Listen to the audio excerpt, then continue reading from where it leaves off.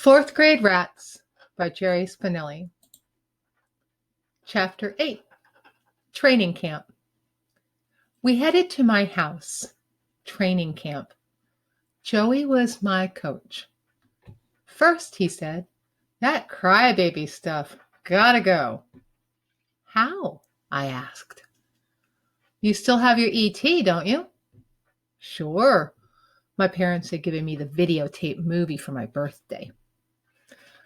"I'll bet you start bawling every time E.T. dies, don't you?" "Well, follow me." We stuck my E.T. cassette in our VCR and ran it fast forward to where E.T. dies. Or everybody thinks he dies. As usual, the waterworks came on. My eyes, my cheeks were like Niagara Falls. Joey punched rewind, stop, play. E.T. died again. I cried again.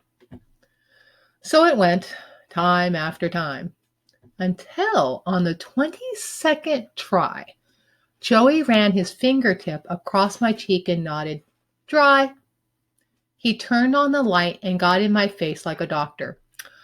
"Your eyes are a little watery, but nothing's falling out of them." He held his hand.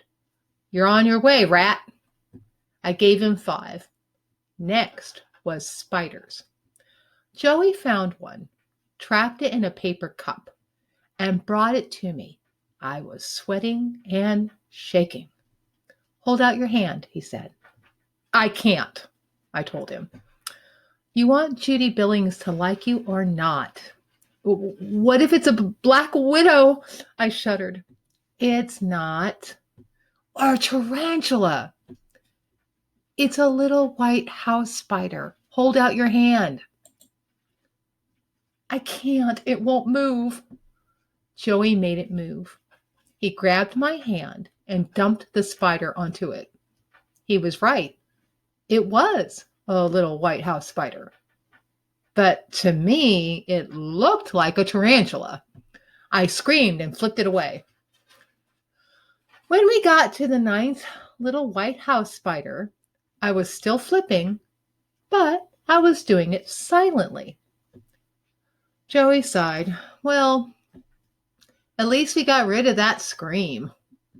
He clapped his hands. "Okay, up to the roof." "No," I said. "Move," he said. I went upstairs. I was walking to the gallows. Even more than spiders, I'm scared of high places. Joey steered me to my bedroom window. He made me open it. "Out," he said. "No," I said. "Outside my window is the roof of our front porch." "No way," I said. I sat on my bed. I finally agreed to do it under 2 conditions. 1, I take off my shoes and socks to get a better grip on the roof. 2, we tie me to a rope. We tied one end of the rope to the bed, the other end, good and tight, went around my chest, under my arms. I climbed out.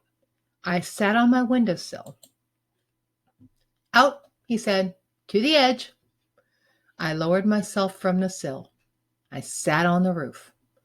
I dug my fingers and toes and rear end into the pebbly shingles. I inched forward. My heart felt like it was exploding football in my chest. I was halfway to the edge when the sidewalk below started to get wavy. Then the bushes got fuzzy. Then everything was turning around like the inside of a clothes dryer. Next thing I knew, I was hanging off the edge of the porch roof, swinging in the air above the front steps. Just then, Zipper Nose came out. The look on her face said, "I'm imagining I'm seeing my brother hanging from the roof. I'm having a hallucination." "Call somebody," I told her. "Get me down from here."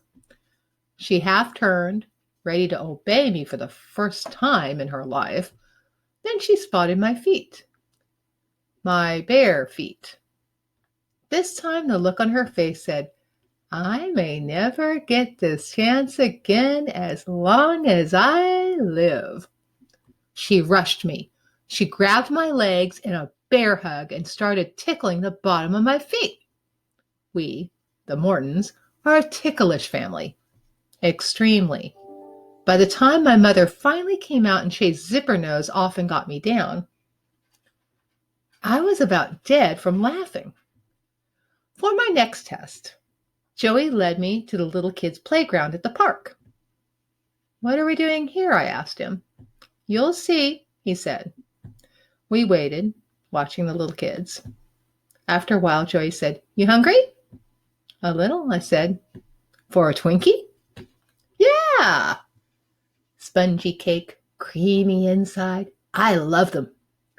"Go for it," said Joey. He pointed to a little kid. He was eating a Twinkie with one hand. The other hand held another Twinkie. "You don't need to," Joey whispered. "I can't," I said. "Take care of number one." "I can't." Judy Billings. Judy Billings. The kid was passing us. I reached out. I snatched the uneaten Twinkie. The kid howled bloody murder. I shoved the Twinkie back in his hand and took off. Last test. Last chance. We hung around my room, waiting for my mother to ask me to do something. "When she does," Joey said, "you know what to say." Sure enough, pretty soon my mom showed up. She said, "Suds, will you excuse yourself from Joey long enough to empty your wastebasket, please?" Silence. Joey waiting. My mother waiting. Judy Billings waiting. The world waiting. I couldn't stand it. Maybe if she hadn't smiled, maybe if she hadn't said, "Please." I said, "Okay, Mom." As soon as my mother left the room, Joey gave a disgusted grunt. He pointed to my one-eyed teddy bear. "I guess you're not going to throw that baby thing away either, are you?" I looked at the bear, at him, in shock. "Nah, I don't think so," he sneered. "Better forget it, Morton. You'll never hack it as a rat." He got up and left. I emptied my wastebasket. I figured he was right. I figured I was dumping my chances with Judy Billings out with my trash. But I didn't figure on what happened Monday at school.